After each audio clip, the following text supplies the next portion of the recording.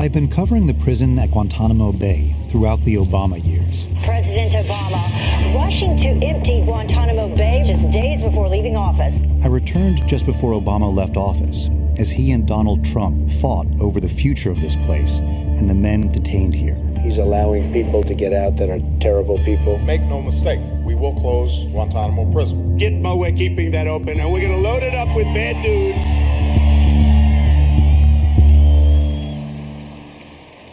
Gitmo still houses notorious terrorists like Khalid Sheikh Mohammed, the self-proclaimed mastermind of the 9/11 attacks. Tell us where we are. We're standing right now in front of Camp 6, and that's where the majority of the general population detainees are housed. Just don't get any guard faces in the back. This time, I was here to report on Obama's final push to empty out the prison.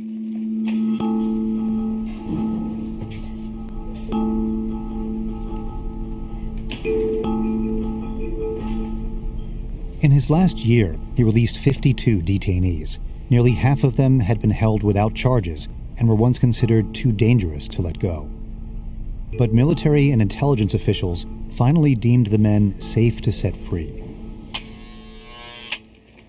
I wanted to know more about these decisions and what happened to the detainees once they got out. This gate would literally be the last gate that they walk through before they get on their transportation to leave Guantanamo Bay.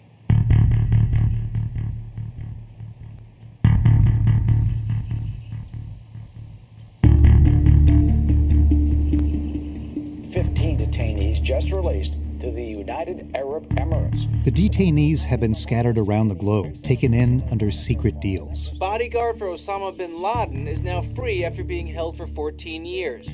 None of the officials involved in these deals will discuss the details, but most of the detainees were sent to Arab countries. The Obama administration quietly took 10 terror suspects from the prison at Guantanamo Bay and transferred them to the Middle Eastern country of Oman. Some were sent to rehab centers in places like Oman. The U.S. released 4 Yemeni men with some relatives waiting. Others were reunited with their families in Saudi Arabia.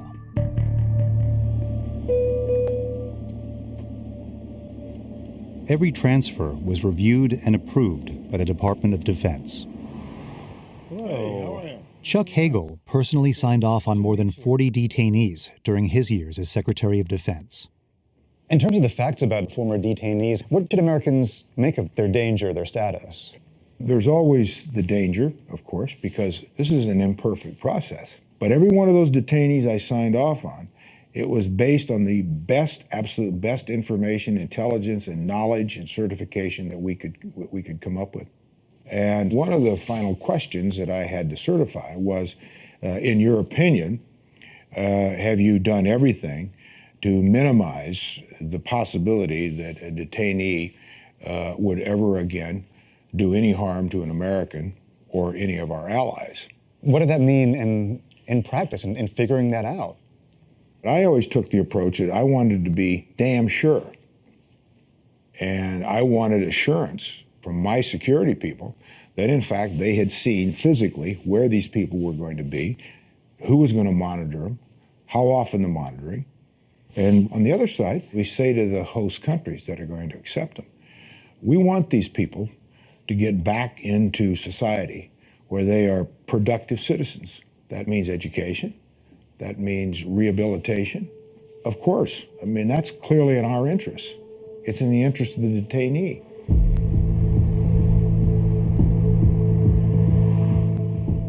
Few of the ex-detainees have been heard from since their release. Their lawyers say that the ones sent to Arab countries seem to be adjusting, but I've heard others are having problems. A handful of men who were taken to non-Arab countries with little support. One of them, among the last to leave Gitmo, is willing to talk. Mansour al-Daifi, prisoner number 441 from Yemen. He was never charged, but for most of his 14 years at Gitmo, he was considered too dangerous to release.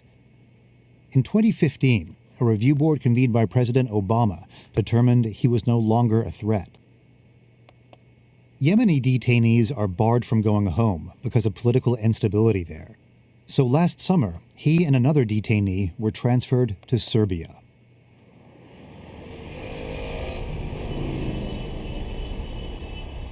Mansour's pro bono lawyer in New York says he's unhappy in Serbia and wants to live in an Arab country. Was he given any choice in where he was going to go? No, not really. It was pretty much presented as Guantanamo or Serbia. And what kind of rehabilitation has been provided for him in Serbia so far?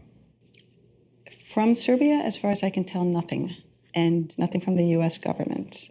If we are going to take someone after holding them for 14 or 15 years and not let them go home, and not let them go to the country they want to go to, not let them go to a place where they feel they themselves will be able to build a life, but force them to another place, then I think we have a responsibility to help them adjust to that and make it work. She says Mansour has gone on a hunger strike protesting his situation. You have represented other Guantanamo detainees. In terms of Mansour's resettlement and reintegrating, is Mansour a unique case? I do not think he's the only one who's had a difficult time. I think a lot of the other men who have been sent to, say, Eastern Europe, which is a very unfamiliar culture for them and unfamiliar languages, have had a very hard time adjusting. People who were sent to countries like Oman, which are very familiar to them, which are a familiar language, which does have a formal rehabilitation program to help them make that adjustment. Those people seem to be doing pretty well. And if we want to make sure that these people are never going to be a threat to the U.S., the best way to do that is to make sure that they have a life that they're happy with. That's not going to happen if you put them someplace where they are totally isolated and they don't see any prospect for a future.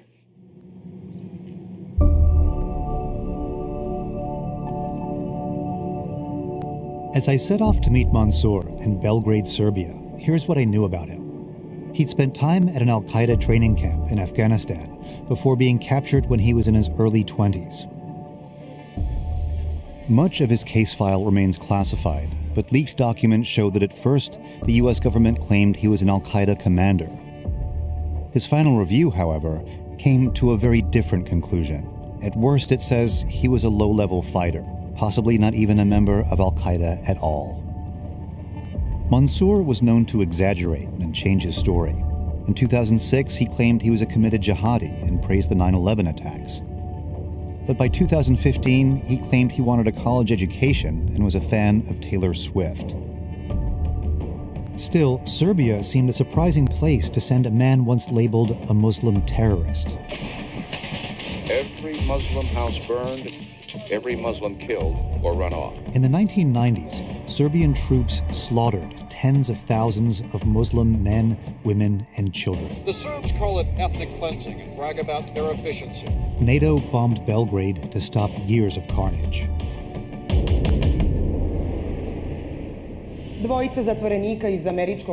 When the detainees arrived here last July, it made headlines. Some questioned if they were dangerous. The Serbian prime minister insisted they weren't. The other detainee has refused to talk at all, and Mansour has kept a low profile, avoiding publicity while his lawyer has been telling officials about his unhappiness and his hunger strike. Now he wants to go public in hopes of being moved.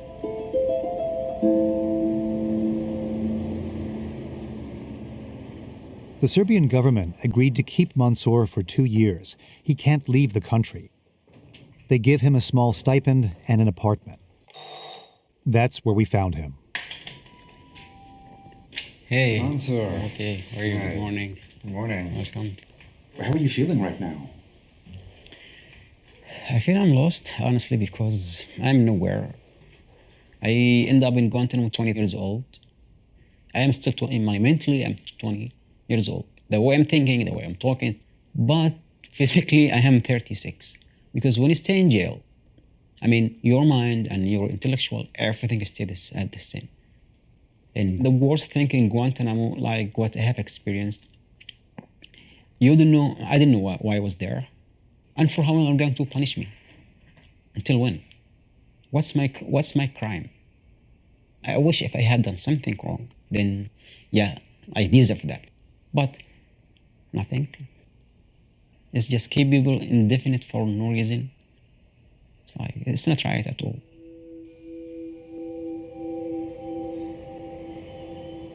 Mansour's detention may have been prolonged by what he told a review board in 2006. After nearly 5 years at Gitmo, he declared himself an enemy of the United States. I regret that now. I was mad, I was young, I was crazy, of course.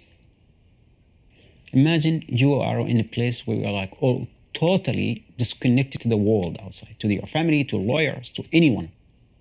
They were extracting the worst of us to show the world this is bad people. Mansour learned English at Gitmo, mostly from the guards, he says, and he wanted to study at an English language university here, but was rejected. He says it's because of his background, but the university told me he failed his entrance exam. He rarely leaves the house, especially now that he's on a hunger strike. My way is like slowing down very, very fast. I started on 154 pound. Now I am on 136, like almost 18 pound. I have lost my weight in 23 days.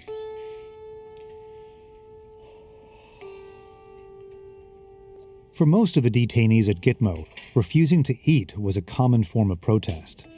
Mansour says he did it many times, and at one point was force-fed over the course of 2 years. Now he's using the tactic to pressure the U.S. to get him out of Serbia. What I am asking to be sent to other country which I can start my life. That's what I want. To start a family, start to finish my education, and to live in like a normal person. That's what I want in my life. Not more. Simple dream. What did you think when you heard Serbia?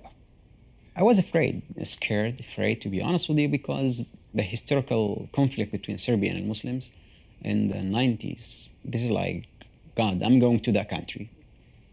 You throw me in a country which I know nothing about, no language. I mean, it's total chaos. The Serbian government told me that after 2 years, you are leaving. And who is going to accept ex-Guantanamo detainee after what had been said about us?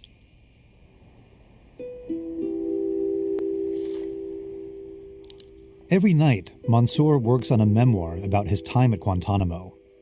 He shared a draft with me. When we left him, we planned to come back the next morning and continue our interview. Within a few minutes, our taxi was pulled over. Police pull us over. About, I think, 3 or 4 officers. They said random check.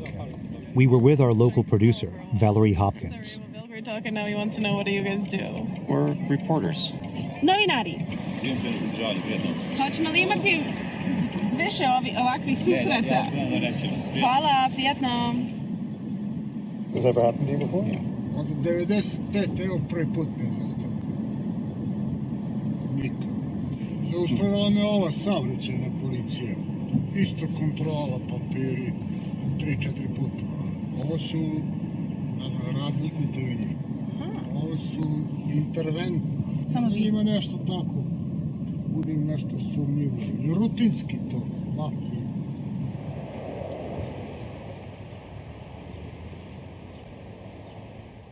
The next morning, before heading to Mansour's, he sent a text to frontline producer, James Jacoby. He says, look, I have a problem, and he said, I don't think I can talk to you today. Government was here. That is what I can say now. For now, I don't want to run into any problem, please. It's different now. No, please don't come. There will be a problem for me.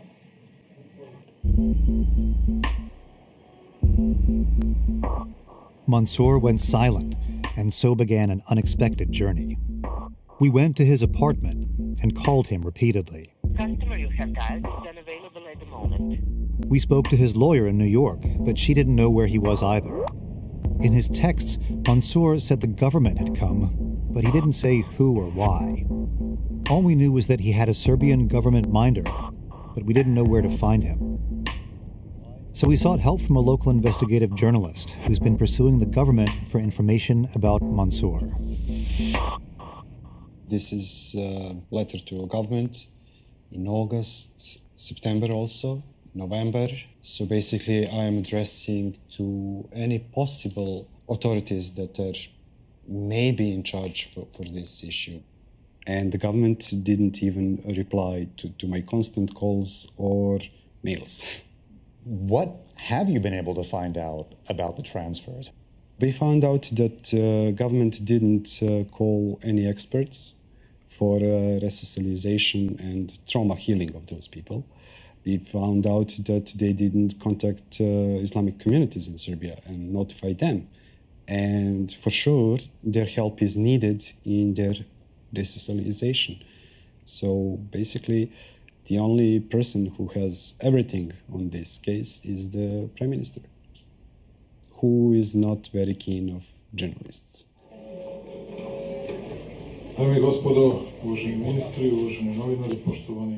I found out the Prime Minister, Alexander Vučić, was having a press conference. When I arrived, I was referred to his interior minister, who's in charge of domestic security. Hello, nice to meet you. Likewise. Do you think we could talk to you for a few minutes? What are the issues that you want? We're doing stories about the Guantanamo detainees that have ended up in other countries. Give me a minute to think about it.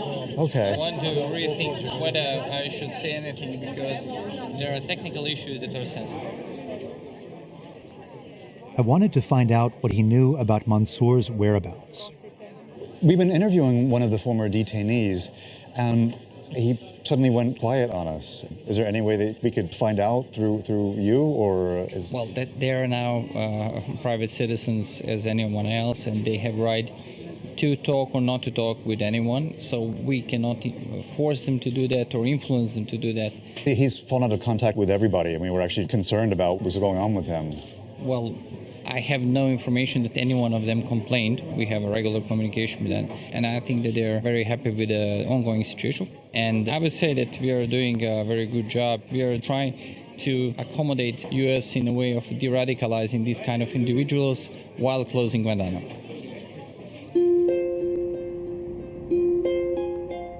For 2 days, we looked all over Belgrade for Mansour, and the U.S. Embassy couldn't offer much help. Is the State Department responsible for these guys' well-being here? I don't know. You don't know? Well, the best answer is I don't know who has primary responsibility.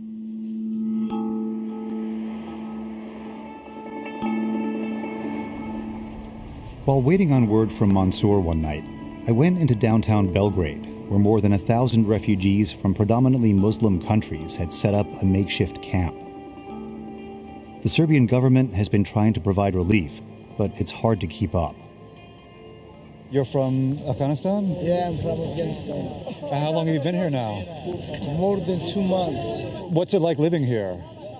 There behind the bus station, it's really cold there.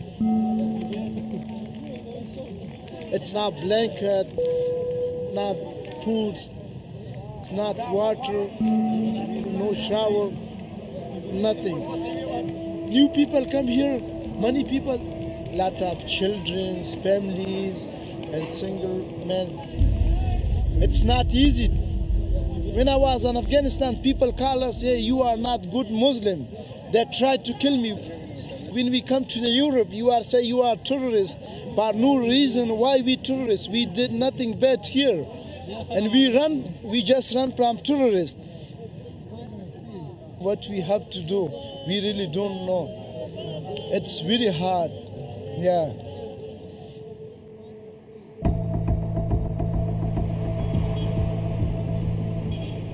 That night, we finally heard from Mansour. He was at the one place we didn't expect, our hotel.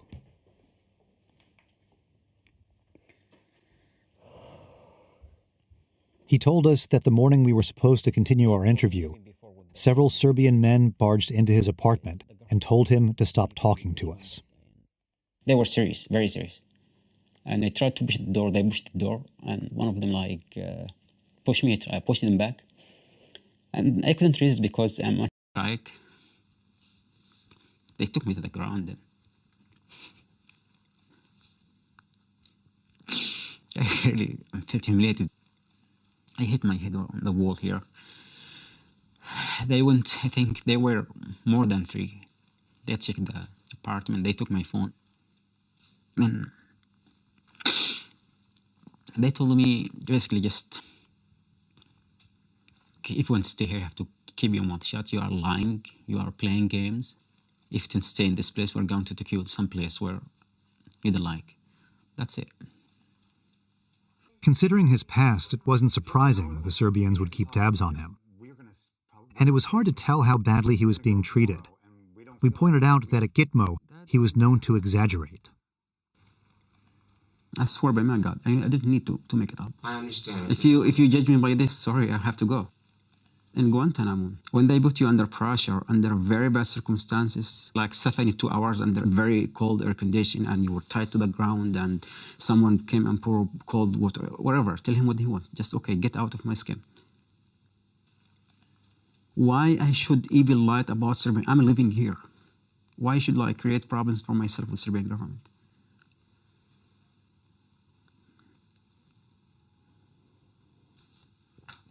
It was late, and Mansour wanted to talk to his lawyer in New York about staying overnight at the hotel. Honestly, last night I couldn't sleep. I have nightmares all night. Even today, like, I put a lot of stuff behind the door. And I think I'm going to keep doing this all the time.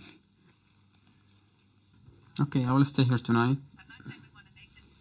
Let me talk to her about that. Okay, James wants to talk to you. Beth, let me take your credit card number, unless you want to call the hotel directly and book the room for Mansour. I have nowhere to go to. Like, I have thought about it, to hide among the refugees, but it's not a good idea. What name do you want to use, Mansour, for tonight? Tell her is 441, tell her. She wants to use 441.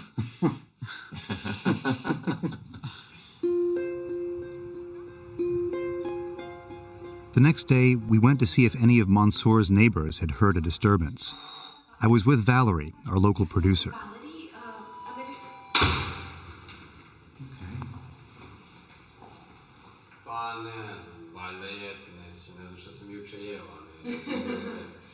No one had heard a thing. But one neighbor said he thought the secret police were renting Mansour's apartment. Back inside, Mansour said he was worried the Serbs would return. I'm very afraid of these people. I'm afraid if they see you guys coming back, they look at it as a challenge. Do you think, Mansour, that there was a misunderstanding about the terms of your release, that this is more of the way that things are? You have certain restrictions that are placed upon you that they were haven't, not... When I was in Guantanamo, they haven't told me nothing about Serbia. They told me you'll be good there. So, you know what? I will try to forget Guantanamo, start education, learning English, studying, blah, blah, blah. It's bullshit. I try to be reasonable. I try to be nice. I'm trying to be quiet. Because if I get angry, I'm crazy. You know what's been crazy?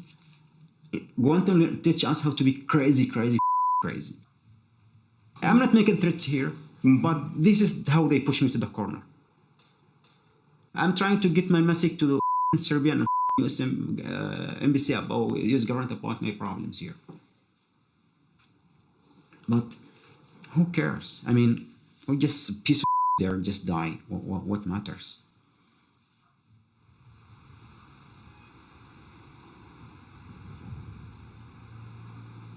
Later that day, we called the Interior Minister's office for comment about Mansour's situation. Hi, Nemanja. I reached his assistant. We've been interviewing one of the former detainees here, and he's made some allegations regarding how things are in Serbia and his treatment. It doesn't scan with what we've heard in the interview and what we heard at the press conference on Sunday. So it was some things we really wanted to give the minister a chance to respond to. He's had some interactions, I guess, with some people from the government that apparently didn't go pleasantly. Okay.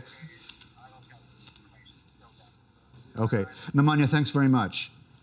We kept trying, but the government never would agree to an interview or respond to questions about Mansour and his allegations.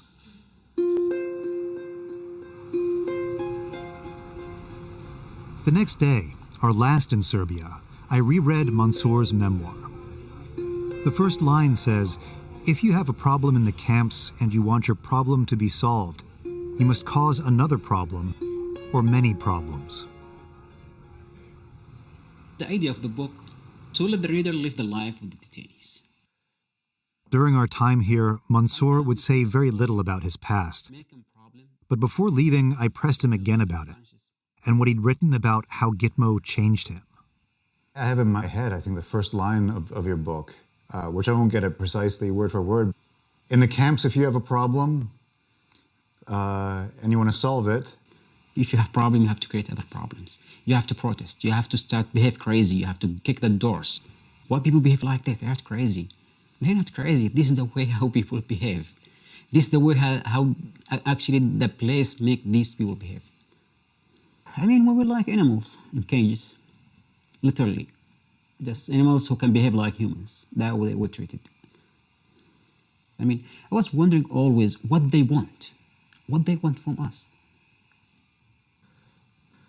How did you first get picked up by the Americans? Okay, we didn't want to go there first. I was sold like anyone else. You're sold? Sold by Afghans to CIA. And from there, we got stuck here. I didn't want to mention Afghanistan. You don't want to talk about... While he wouldn't say more, according to his case file, Mansour was turned over to the U.S. by an Afghan warlord who was reported to be on the CIA payroll. As I told you, why don't you want to talk about that? Okay, let us say wrong time, wrong place. I need to write it and put it my past in my separate book and separate story. You will see it one day, I promise you. You write about Guantanamo, had the difficulty being in a place where you don't trust anybody and no one trusts you. And you talk about the situation here in Serbia where there are people who, say that you're a liar or like say that you might be making things up. I mean, first of all, the governments here, or every government, they get a picture from the United States government that the stereotype, those people are liars, they pretend they are psychologically ill, blah, blah, blah. And I was shocked and surprised. And everyone repeat the same thing. And I'm afraid that you get affected with the disease here, liar, liar, liar. I didn't want to talk to you more to appear a liar here. Finish.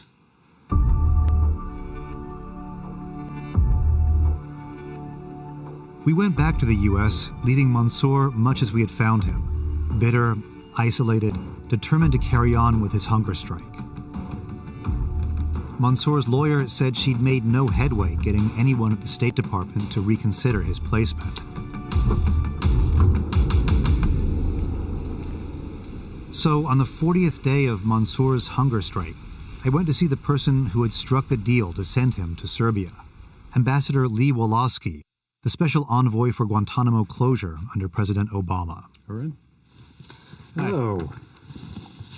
Lee Wolosky. Nice to meet you. Wolosky was pressed for time. There were 20 detainees he was still trying to find countries for in the remaining weeks of the Obama administration. I asked him about Mansour's troubles in Serbia and his hunger strike. We spent some time with a former detainee who has been resettled in Serbia. He was sent there last July. He seems like he is in a very desperate situation, and he's gotten to the point that he's gone on a hunger strike to protest that. Well, I'm not aware that he's on a hunger strike. This is the first I've heard that he's on a hunger strike. His lawyer said that they'd informed the U.S. government about the hunger strike. Well, hunger strikes are not the right way to proceed in addressing grievances. The right way to do things there is to try to make the resettlement work. We can't force people to make good life choices. We can only encourage them to do it and to create an environment where that's possible. I think we've done that here, and I think the Serbian government has also done it. Is there any additional responsibility from the U.S. government to the detainees after they've been released and resettled? We don't make apologies for having detained people lawfully. However, we also try to create an environment where individuals can move forward with their lives. The Serbian government has created an environment where if he decides to learn the language and take advantage of the opportunities that are being offered to him, we are still confident that it can be a successful resettlement. But on the State Department's own website, it talks about xenophobic violence being a problem in Serbia. We've seen no indication in this case that that is a factor at all. None of the resettlements that we do are easy. They require work on the part of the individual that's been transferred and put in a completely alien environment. I'm not minimizing that. What I am saying, though, is that sometimes life isn't perfect, and you have to, make a decision about where you find yourself in life. I do have to be in a meeting to make sure that we're able to get more people out of Guantanamo. Weeks later, I'd heard that Mansour started eating again when his mother in Yemen threatened to start her own hunger strike if he didn't stop his. Then, when I was home on a Saturday afternoon, he called.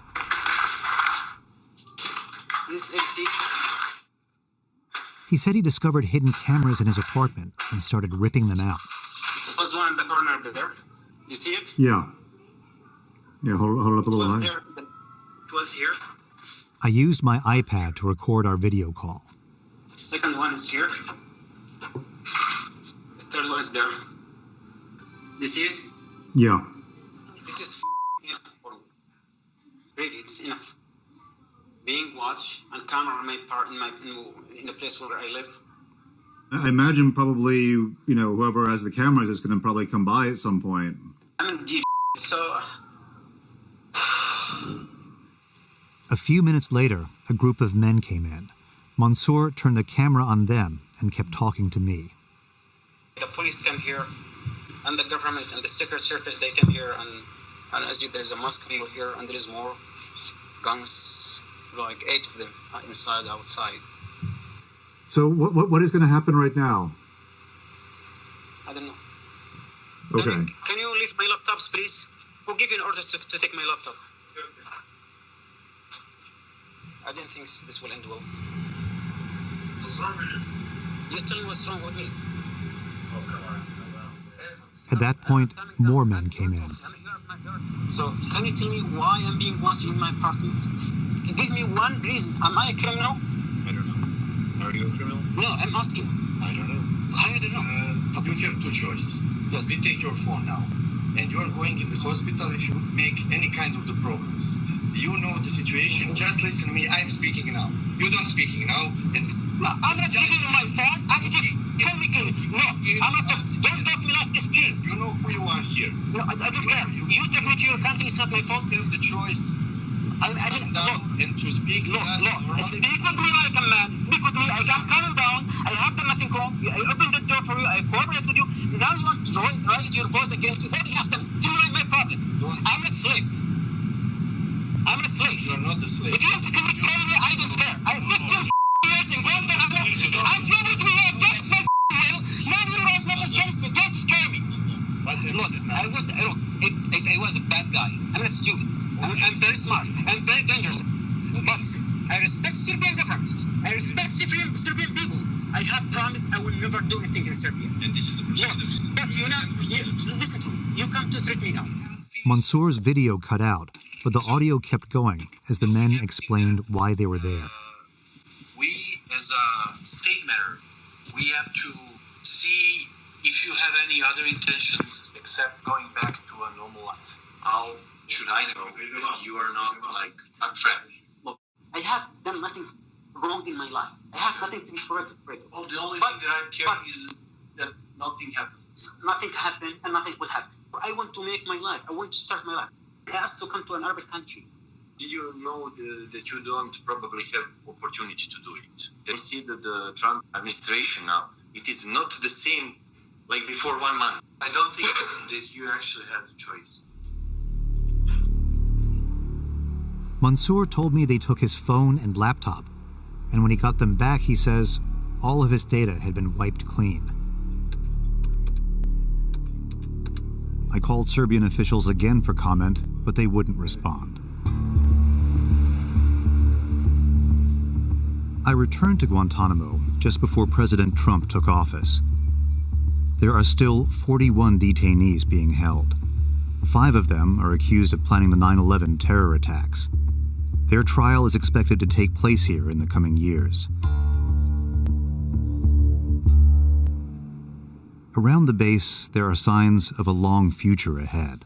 What's going on here in terms of the construction? Currently here on the Alpha Block will be exam room for the detainee medical center. How far away is this from being finished? Sometime in 2017. The commander of the detention center says they're prepared. There's some construction going on here. Is that an indication that this facility will be around for a while? We're preparing for whatever the possibility may be. Going forward with that, it provides us a capacity and ability to provide better medical care to the detainee population. Helps us out also if there's an aging population, if we're here 5, 10, 15 years down the road as well, because we have to look for all possibilities for that. If the new commander-in-chief, who said that he wants to keep the facility open and start sending new detainees here, how would you be able to adjust? We have multiple plans in place. The first thing we'd probably do would be looking at not intermingling new detainees coming in, so we'd have to figure out the best way to do that based upon the number of detainees we'd get.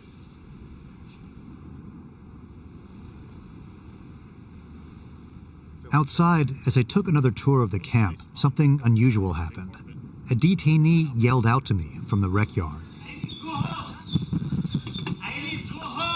You leave, go home? Where's home? Communication between detainees and journalists is usually forbidden. They made us stop filming. But I was able to continue talking to him off camera for several minutes. He said he was detainee number 242, that he'd had 4 reviews but is being held indefinitely without charges. He said he's worried he'll be here forever. Later, I texted Mansour about the exchange. I texted him that a detainee tried to talk with me. It's prisoner number 242. Mansour says, "This is my best friend." He said, "I think he has hunger strike. His name is Khaled, Yemeni. Hasn't been clear yet."